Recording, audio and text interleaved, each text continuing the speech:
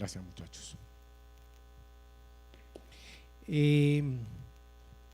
Antes de comenzar, quiero contarles, porque sé que estuvieron orando por eso. La semana que termina tuvimos diligencia en el Socorro. Para los que no saben todavía, en el Socorro, municipio de Santander, tenemos una iglesia hija desde hace muchísimos años. Para los que no saben, fue fundada en 1940. Eso quiere decir que tiene 76 años de fundada la iglesia. Y esta no tiene sino 40. Estamos chiquitos todavía. Unas personas que se congregaron alguna vez en la iglesia y conocían su historia, sabían que en el año de 1994 el Congreso de la República, mediante la ley 133, dio la posibilidad a las asociaciones que funcionaban para entonces, asociaciones religiosas, hicieran tránsito para convertirse en iglesias, y surge lo que hoy se llama como el Registro Público de Entidades Religiosas, ¿sí? A la cual por supuesto nosotros estamos inscritos hace muchísimos años. En virtud de esa ley, todas las iglesias de la Cruzada, entre otras por supuesto, hicieron tránsito para convertirse en iglesias, quedando atrás la figura de las asociaciones. Nosotros mismos funcionamos tanto como asociación Iglesia Cruzada Evangélica Mundial. Entonces allí en el Socorro se hizo ese tránsito, surgió la nueva personería, y la que nos identificaba antes como asociación, infortunadamente no se canceló, y 5 avivatos se colgaron de allí para decir que ellos son una iglesia, que son una iglesia que se llama Asociación Cruzada Evangélica, y como asociación, por supuesto, se creen dueños de la casa en la que funciona la iglesia hace 40 años. Triste, tristísimo. Quiero contarles que es la 4ª vez que algunas personas quieren apropiarse de esa casa.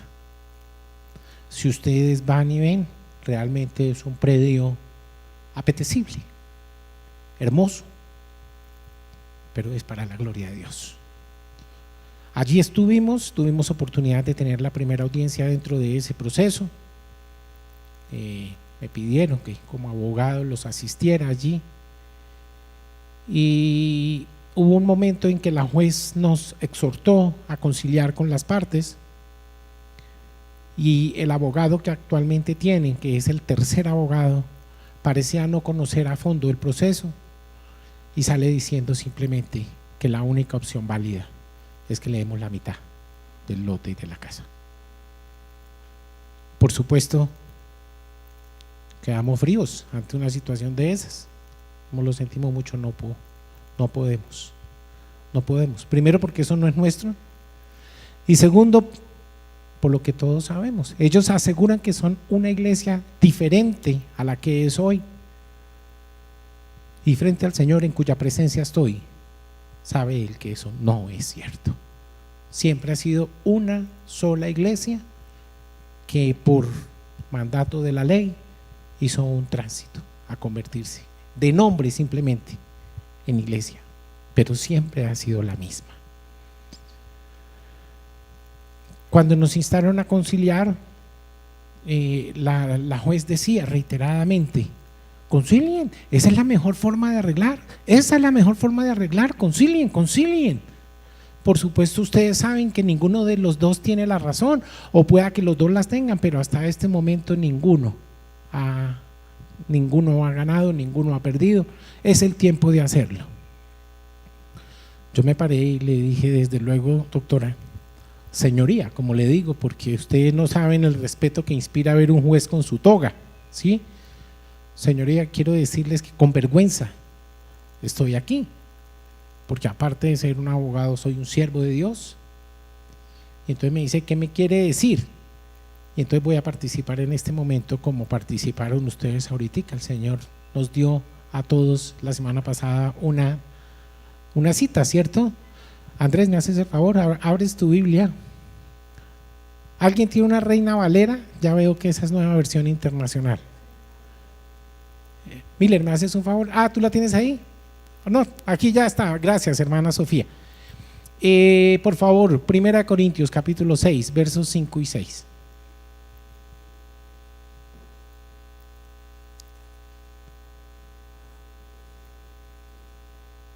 Y entonces salí, en el momento no tenía una Biblia en mi mano, me valí de la Biblia de un pastor a quien me agradó conocer, no tenía oportunidad de haberlo conocido, y le leí a la juez lo siguiente. ¿Ya la tienes ahí? Qué pena. ¿Ya lo tienes ahí? ¿Me permites, por favor? Qué pena, gracias. Dice así, versos 5 y 6, ¿cierto? Ok, dice: ponen por jueces a los que nada significan para la iglesia. Digo esto para que les dé vergüenza. ¿Acaso no hay entre ustedes ninguno? Primera de Corintios capítulo 6 versos 5 y 6. Digo esto para que les dé vergüenza. ¿Acaso no hay entre ustedes ninguno con capacidad suficiente para juzgar un asunto entre sus hermanos? No solo se pelean unos hermanos, sino que llevan sus pleitos ante los jueces paganos.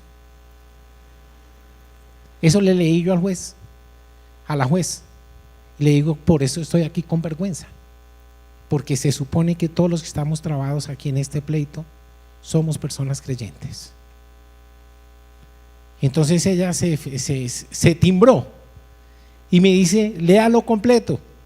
Y le leí completo, y hay una parte en la que dice, ¿por qué vienen los santos a buscar pleito? Y resulta que la doctora es de apellido Santos. Eso quiere decir que yo soy Santos, entonces estamos bien. Sí, nos reímos y se trató de diluir un poquito la cosa, pero yo sabía que era lo que estaba sucediendo allí. Sin embargo, el Señor me dio esa palabra esta semana, y quiero decirles que eso me dio un ánimo especial. ¿Por qué razón? Porque por más que aparente que eso no es cierto, yo tengo la certeza absoluta que en el pueblo de Dios sí hay personas capaces de dilucidar un asunto como este. Yo creo que ante Dios eso es simplemente una escaramuza, ni siquiera es un problema de fondo. La diligencia fue suspendida. Tenemos nuevamente diligencia el día 7 de octubre para terminar ese pequeño entuerto.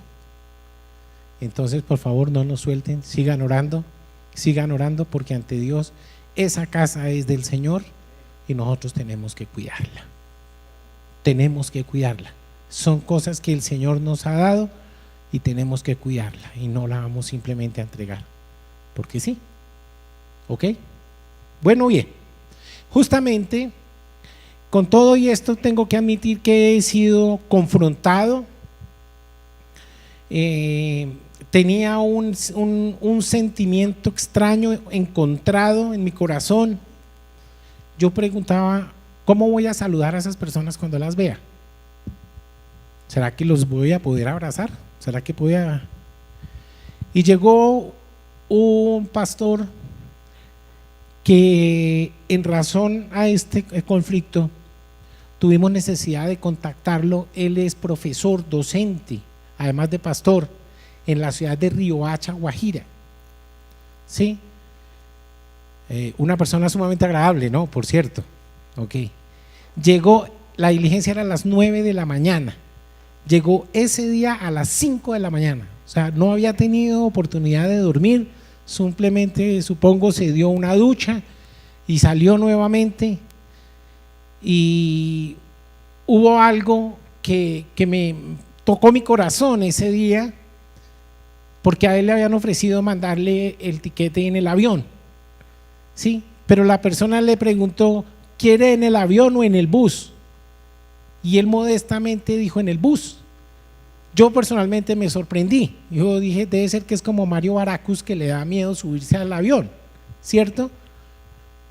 Pero no, cuando llegó, creo que aquí está el pastor Alberto, que no me deja mentir, que su respuesta me conmovió y dijo, es que no quiero ser gravoso a ustedes. Eso es un siervo. Decía, un hombre que viene desde tan lejos a decir verdad y dice simplemente, no quiero ser gravoso frente a unas personas que sin derecho alguno pretenden una casa que es del Señor. Yo hice, esos son los siervos de Dios. Esos son los siervos de Dios. Todos los que fueron financiaron su transporte. Seguramente no les sobraba. Ir y venir al Socorro son mínimo 100,000 pesos. Mínimo 100,000 pesos. ¿De dónde sale? Cada quien dijo, iba a ser testigo. Yo voy, yo pago mi pasaje. Yo pago mi pasaje. Ellos simplemente consiguieron unos testigos ahí en el Socorro. Yo les quiero contar que yo tengo fe en el Señor, se va a glorificar. Pero yo les ruego, por favor, que no nos suelten de sus oraciones. Porque diablo es diablo. Como dirían antes, el diablo es puerco, ¿no? El diablo es puerco. Entonces yo decía, ¿cómo los voy a mirar? ¿Cómo voy hoy yo a unas personas que son amigos? Sí, son amigos. ¿Creyentes? Sí, creyentes. A veces me cuesta creer si amamos o no al mismo Dios. Pero la verdad es que había en mi corazón ese sentimiento. Y justamente hoy el Señor quiere hablar de perdón. Yo los invito, por favor, a que abran sus Biblias en el libro de Mateo.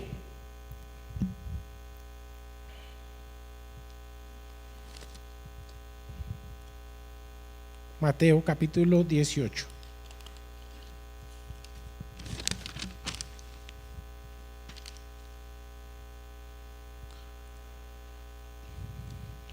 Mateo es el primer libro, ¿no?, del Nuevo Testamento.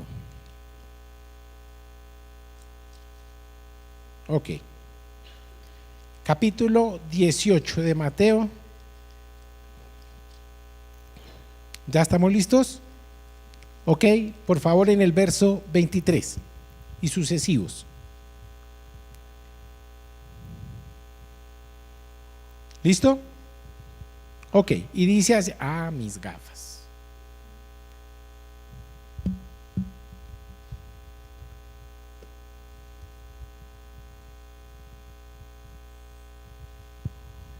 El Señor viene hablando de perdón, viene exhortándonos de una manera bárbara,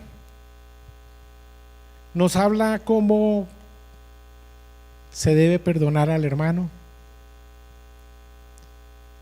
Ahí ven ustedes en el verso 15, pero definitivamente del verso 23 en adelante creo que condensa maravillosamente esa enseñanza. Y dice así: en el nombre del Padre, del Hijo y del Santo Espíritu de Dios. Por lo cual, el reino de los cielos es semejante a un rey que quiso hacer cuentas con sus siervos. Y comenzando a hacer cuentas, le fue presentado uno que le debía 10,000 talentos. A este, como no pudo pagar, ordenó su señor venderle, y a su mujer, y a sus hijos, y todo lo que tenía, para que se pagase la deuda. Entonces aquel siervo postrado le suplicaba diciendo: Señor, ten paciencia conmigo y yo te lo pagaré todo. El señor de aquel siervo, movido a misericordia, ¿qué hizo? Le soltó. ¿Y qué? Volvamos a leer eso. El señor de aquel siervo, movido a misericordia, ¿qué hizo? Y le perdonó la deuda. Pero saliendo aquel siervo, halló a uno de sus consiervos que le debía 100 denarios, y haciendo de él le ahogaba, o sea, lo cogió por el cuello, ¿cierto? Dice, le rogaba diciendo, entonces su consiervo postrándose a sus pies, le rogaba diciendo, ten paciencia conmigo y yo te lo pagaré todo. Se repite la escena, ¿sí ven, no es cierto? Mas él no quiso, sino fue y le echó en la cárcel hasta que pagase la deuda. No sé cómo se puede pagar una deuda estando en la cárcel. Viendo sus consiervos lo que pasaba, se entristecieron mucho y fueron y refirieron a su señor todo lo que había sucedido. Entonces, llamándole su señor, le dijo: siervo malvado, toda aquella deuda te perdoné porque me rogaste. ¿No debías tú también haber tenido misericordia de tu consiervo como yo tuve misericordia de ti? Entonces su señor, enojado, le entregó a los verdugos hasta que pagase todo lo que le debía. Así también mi Padre Celestial hará con vosotros si no perdonáis de todo corazón a cada uno de tus hermanos sus ofensas. Qué cosa tan difícil, ¿no? Qué palabra tan simple, perdón, 6 letras. Dígame quién no ha estado frente a una necesidad de perdón y cómo actuamos. Definitivamente me gusta las personas que están acá porque saben lo que Dios ha hecho por cada uno de ustedes, por cada uno de nosotros. ¿De dónde nos sacó el Señor? Cada uno de nosotros sabe. No sé si hoy somos esa misma persona que éramos, si el Señor realmente ha cambiado, o como ofrenda de nuestra parte para un Dios maravilloso que hizo un esfuerzo tan grande y un milagro tan grande dándonos salvación, hoy somos personas renovadas. Hoy la palabra del Señor nos dice: perdonen. Para nosotros no nos dará sorpresa. Una oración que todos nos sabemos y que hemos repetido una y otra vez dice: perdona nuestras ofensas, como también nosotros perdonamos a los que nos ofenden.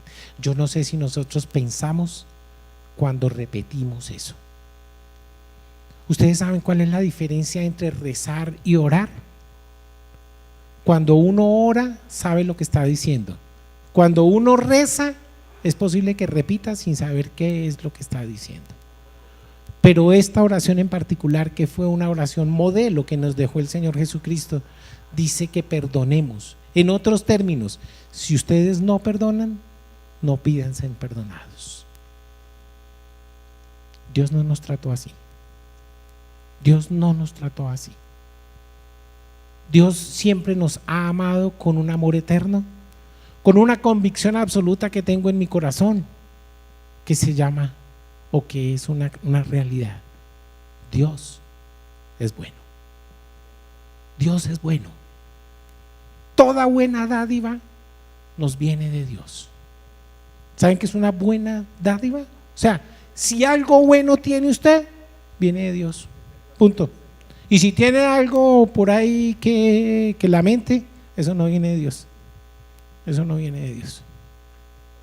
Entonces el Señor nos dice que nosotros debemos perdonar. Y si nosotros miramos la Sagrada Escritura una y otra vez, el Señor nos muestra no solamente a grandes siervos que han sabido perdonar, sino que también nos exhorta a cada uno de nosotros a que nuestros actos tienen que estar permanentemente investidos del perdón que Él ha puesto en nuestras vidas. ¿Estamos entendiendo, iglesia? El perdón. Confieso hoy ante el Señor que yo en mi corazón tenía rabia. O sea, ¿cuánto tuvo que invertir la FICEN para llevar a esos siervos hasta allá? No me lo pregunte, pero fue algún dinero importante. Dinero que hubiera podido servir para las misiones, para dictar los cursos, para dictar el instituto bíblico, para llevarle capacitación a los pastores. Tantas cosas que hay que hacer y pagarlo sencillamente en transporte, en hoteles, en comida, para unas personas que viniendo de lejos venían a decir verdad y a enfrentarse con unas personas. No quiero repetirlo, pero la verdad tenía malestar en mi corazón. Por eso hoy les quiero decir, esta predicación que el Señor ha puesto en mi corazón es para mí. Es para mí. Si de rebote les cae algo a ustedes, agárrenlo.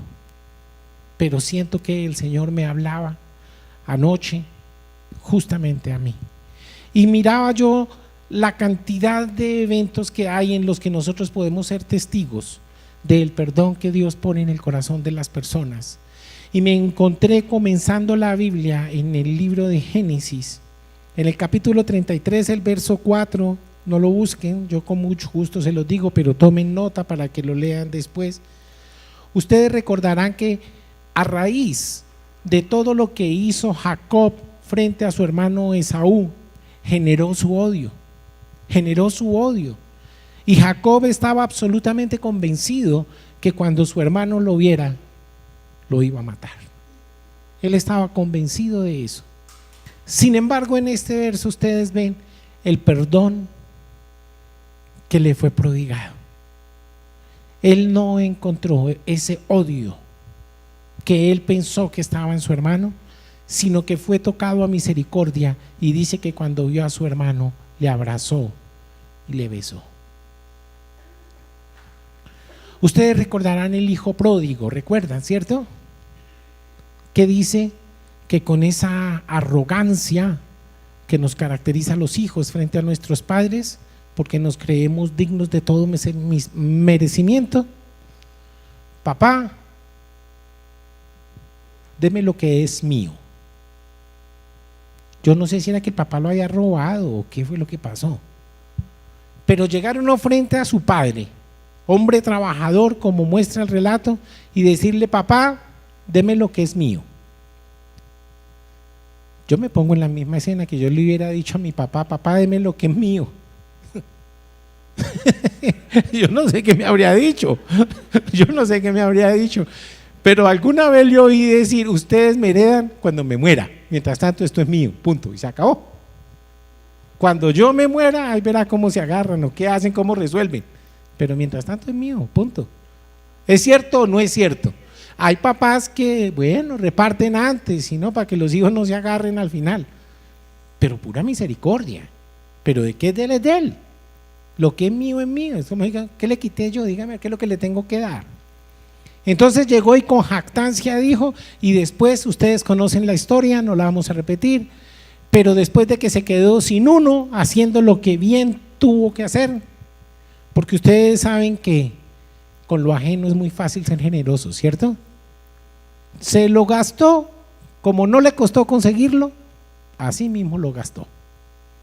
Y ya cuando estaba comiendo algarrobas de los cerdos, que ni siquiera eso, por supuesto, entonces se acordó que en la casa de su padre había abundancia. Y llamó, yo no sé cómo sería el correo de la época, yo creo que él le dijo: papá,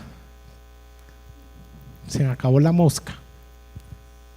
Yo recuerdo cuando mi hermano Jorge Enrique estaba estudiando en Cartagena, jamás daba una llamada, nunca, pero de cuando en cuando llegaban los telegramas, no era como ahora que es correo electrónico, sino se llamaba el marconigrama, que venía escrito en un papel de bordes azules, todavía recuerdo, y mi papá abría y lo único que decía allí era: úrgeme giro,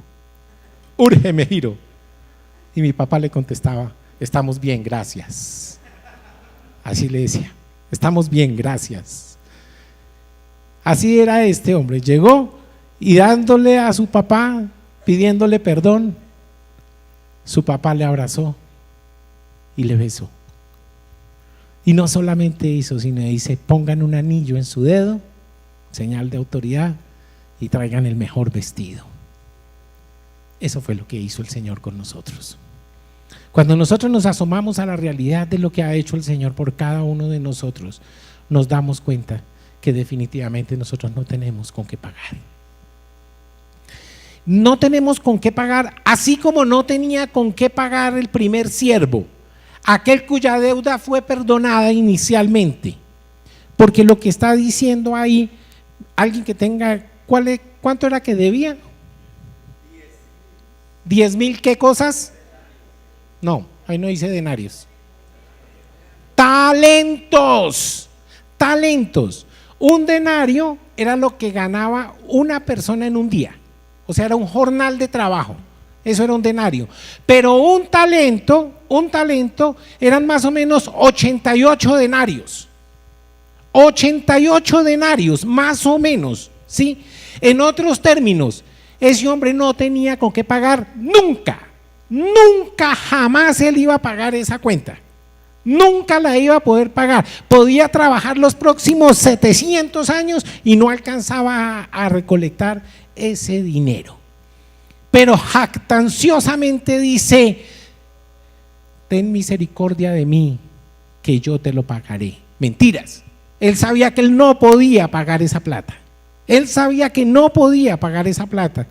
Y su Señor le dice simplemente, dice que el Señor tocó el corazón de ese rey y tuvo misericordia y le dijo: yo te perdono esa deuda. Sí, escribió allí: perdonado, perdonado. Hoy hay algo que nos exhorta a todos los colombianos: ese perdonado. Yo le doy gracias a Dios solamente por su misericordia. Las acciones de la guerrilla jamás me han tocado de cerca, nunca. Pero yo sé que no todos los colombianos pueden decir eso. Una vez tuve oportunidad de conocer un testimonio de una persona que la violencia tocó a su casa y llegaron unos hombres y mataron a sus padres. Y no solamente quisieron ensañarse con esa familia, no sé por qué, cuál fue la razón, pero aparte de matar a su papá, cortaron su cabeza y se echaron un picado de fútbol, como si su cabeza fuera una pelota. En ese momento era un niño y decía: yo vi eso, cómo jugaban fútbol con la cabeza de mi papá, lo decía. Yo hoy les hago una pregunta: ¿cómo hace una persona así para perdonar? ¿Cómo hace una persona así para perdonar? Y es solamente un testimonio, son muchos los testimonios de las personas cuyo hogar fue alcanzado por la violencia, sembrada por ellos. Hoy, en este momento, se nos exige a los colombianos que tenemos que perdonar, para que en Colombia haya paz. Tenemos que renunciar a todo para esa paz. Yo hoy les quiero decir, porque tengo la convicción en mi corazón, que la paz no se firma. La paz no se firma, la paz se consigue muy poquito a poco. El pastor Itamar me decía: ese hombre va por todo Colombia llevando la palabra del Señor. Y él me decía, ustedes saben, ¿recuerdan aquí el pastor que ministró la alabanza para los 40 años de la iglesia? Sí, el pastor Daniel Bustos, ¿lo recuerdan? Él pastorea una iglesia en el Doncello, Caquetá. Esa vaina no me pregunten dónde es, pero eso queda lejísimos de acá. Eso es muy lejos de acá, muy, muy lejos. Y el Caquetá es un fortín de las FARC. Es un fortín de las FARC. Y a él se han dicho: todo, absolutamente todo allá se paga. Si usted tiene un marrano, paga por el marrano. Si tiene una vaca, paga por la vaca. Y si la ordeña, tiene que pagar también por cada litro de leche que saca. ¿Sí? Y ya llegaron a pedir lo de 2 años. 2 años, porque dijeron: vamos a estar tranquilos 2 años, pero al tercer año todo volverá a ser igual. Pregunto: ¿todo Colombia tiene que perdonar y renunciar a todo lo que puede haber en su corazón simplemente para que estén tranquilos 3 años? Esto que yo estoy diciendo no es oficial, pero es verdad. Es verdad. Al pastor Daniel se lo han dicho. 3 años y todo volverá a estar igual. Yo no tengo todavía idea de cuánto nos ha costado a los colombianos el proceso de paz. Es más, ojalá no me entere, ojalá nunca me entere, pero de buena fe hoy les quiero decir que de la cuenta del Estado, el Estado tiene una cuenta que es, por decirlo de alguna manera, la caja menor de la Presidencia de la República. De esa caja le pagaron 10.000 millones de pesos para los dulces, para sus dulces.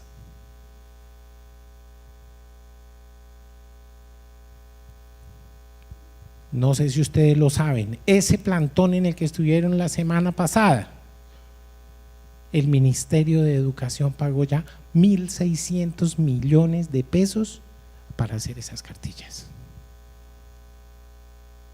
1.600 millones de pesos, de los cuales Colombia Diversa dio 50 millones de pesos. Para que su hijo y mi hijo crezca confundido. Que si mañana su compañero quiere saludarlo de beso en la boca, normal. Normal, normal. Ahí sabrá cómo se defiende. Que si un día un niño llegó, como digo yo, con la cremallera para atrás, pues, ¿qué puede uno hacer, cierto?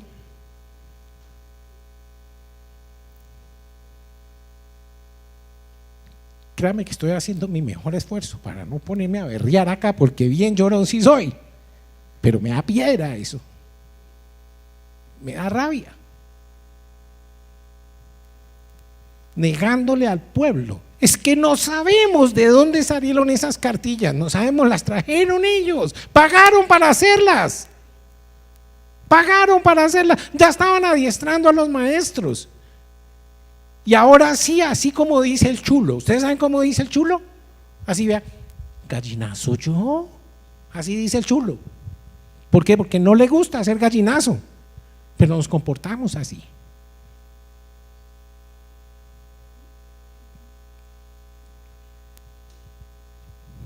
Génesis, ¿cierto? Más adelantico, en el 45 de Génesis,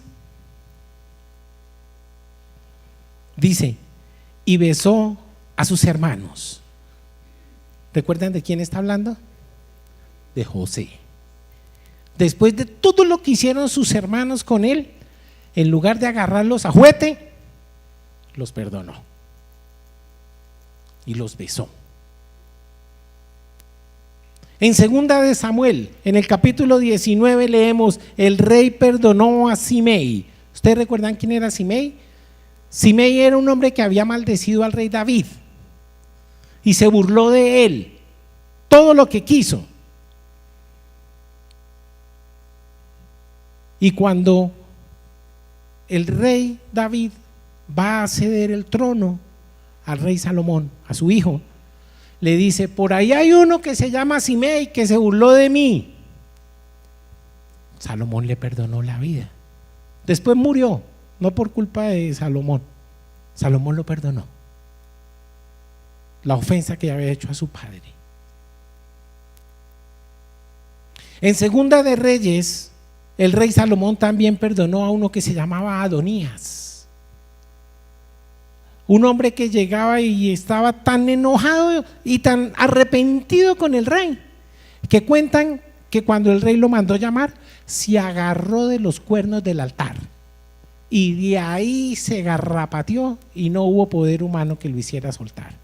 No, no mates a tu siervo, Señor, decía, y de aquí no me suelto hasta que no. Efectivamente, ¿qué hizo Salomón? Lo perdonó. Lo perdonó. Ustedes vean que la Biblia, mis amados, está llena de actos de perdón. En Hechos capítulo 7 vemos al primer mártir de la iglesia. ¿Ustedes recuerdan quién es? Esteban. Y estaba muriendo apedreado. lo agarraron a pedradas, y el Señor le permitió en medio de ese momento, de esa angustia, él tuvo una visión del cielo y vio al Señor allí sentado a la derecha de su Padre. Y en lugar de decir, bueno hermano, hágase sentir, a ver que me van a matar aquí a punta de piedra, ¿qué dijo? Señor, perdónalos, porque no saben lo que hacen. Hoy esas palabras tan simples de que no saben lo que hacen, lo podemos aplicar a todos los ejemplos que aquí he puesto. Señor, perdónalos, porque no saben lo que hacen. No saben lo que hacen. Yo no quisiera ver qué les pasaría a esas personas cuando quieran usufructuarse de los bienes de Dios. Las cosas de Dios, mis amados, son de Dios. La iglesia es de Dios. Nosotros somos simplemente siervos, llamados para servir. Pero aquel que quiera tomar partido, se las verá con el Señor. Se las verá con el Señor. Dios sabe. Pero hay algo que yo sé con toda certeza: aquel que se arrepienta y pida perdón será perdonado. De eso a mí no me queda la menor duda. Nosotros aquí traemos un mensaje de paz, un mensaje de perdón, porque ese es el evangelio de Cristo. Es un evangelio de nuevas oportunidades. Pero hoy, así como exhorto, así como le pido al Señor que perdone, también tengo que decir que el pecado hay que denunciarlo. El pecado seguirá siendo pecado. Hoy, mañana y siempre, el pecado siempre nos arrebatará de la gloria de Dios. Iglesia, nos ponemos de pie, por favor.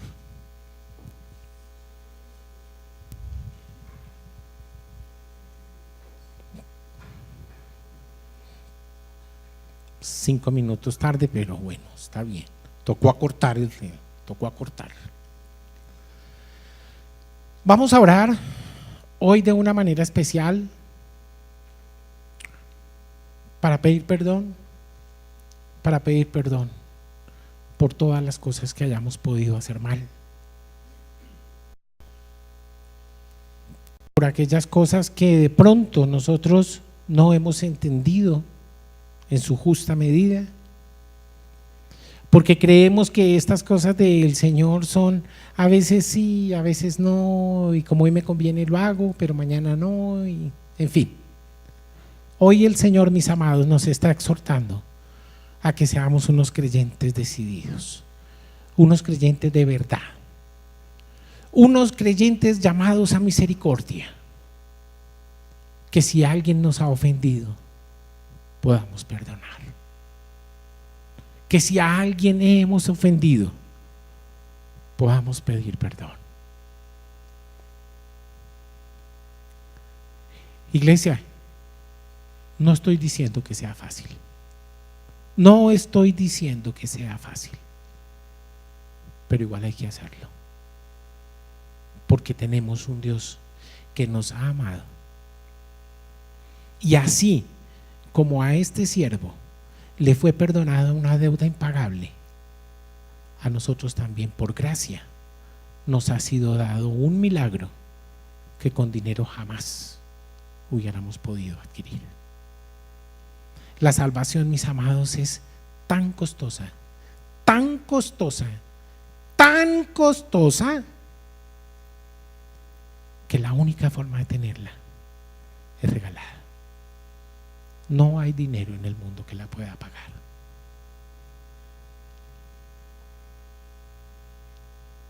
Señor, en el nombre poderoso de Jesucristo de Nazaret, hoy te quiero dar gracias porque te ha placido bendecirnos. Señor, tú conoces nuestro corazón. Hoy queremos desnudar nuestro corazón, Señor. Pedirte que nos escudriñes en profundidad, Señor, Y si en nuestro corazón encuentras camino de perdición, Señor, ayúdanos a enderezar nuestro cauce. Permite que nosotros podamos abrir nuestros brazos con real, Señor, sentimiento de perdón, para que cada una de las personas que de pronto por falta de perdón nunca volvimos a ver, nunca le volvimos a hablar, oh Señor, en el nombre poderoso de Jesús, hoy te doy gracias porque tú eres grande y porque hoy con certeza podemos decir que tu misericordia es y será para siempre. Permite que cada uno, Señor, de nosotros que estamos aquí y en el mundo, Señor, por fuera, después de esta puerta, Señor, las personas puedan escuchar de tu evangelio y convencidos, Señor, de tu amor, podamos caer de rodillas y proclamar que Jesucristo es el Señor de nuestras vidas. En Cristo Jesús. Amén. Había una vez una pareja de amigos, se amaban, amigos desde su más tierna infancia, y crecieron juntos, adolescentes, y todo el mundo los conocía, que eran amigos inseparables. Una vez tuvieron una discusión tonta comparada con todo lo que ellos habían vivido y dejaron de hablarse. Dejaron de hablarse. Ellos mismos se privaron de una linda amistad por cualquier tontería.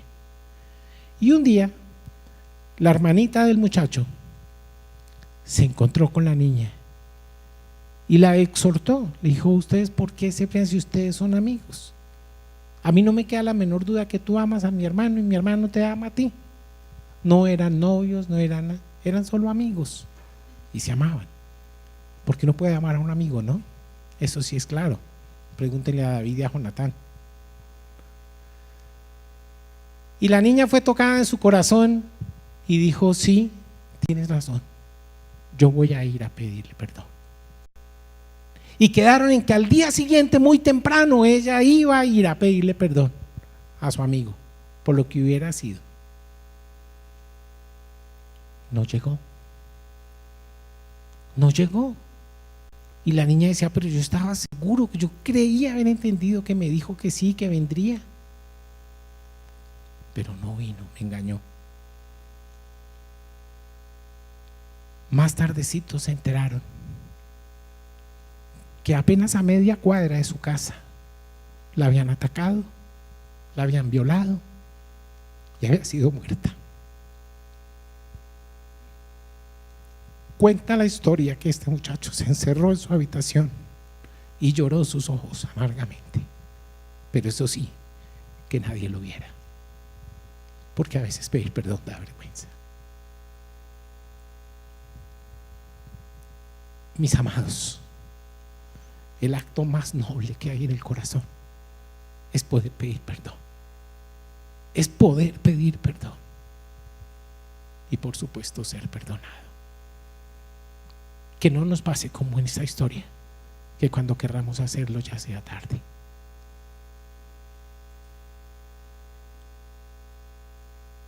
Estamos todavía a tiempo. ¿Qué me decías, cariño? Ya ustedes saben de qué habla este papel, ¿cierto? Les quiero recordar: Seminario Internacional de la Biblia Thompson en Colombia. Les decía que es la última vez que el pastor Juan va a venir a Colombia. Ya se va a retirar de su ministerio. Un hombre grande del Señor. Va a venir. Tenemos el privilegio que ese seminario sea aquí en esta iglesia, en esta su iglesia, en este templo. Los días 15, 16 y 17 de septiembre. Seminario de la Biblia Thompson. En mi modesta opinión, la mejor Biblia de estudio que hay es esta. Entonces, son invitados, cojan un papelito, Varias personas han manifestado ya su interés de tomarlo. Ok. Y ahora sí, está que me quitan el micrófono. Cariño, acércate.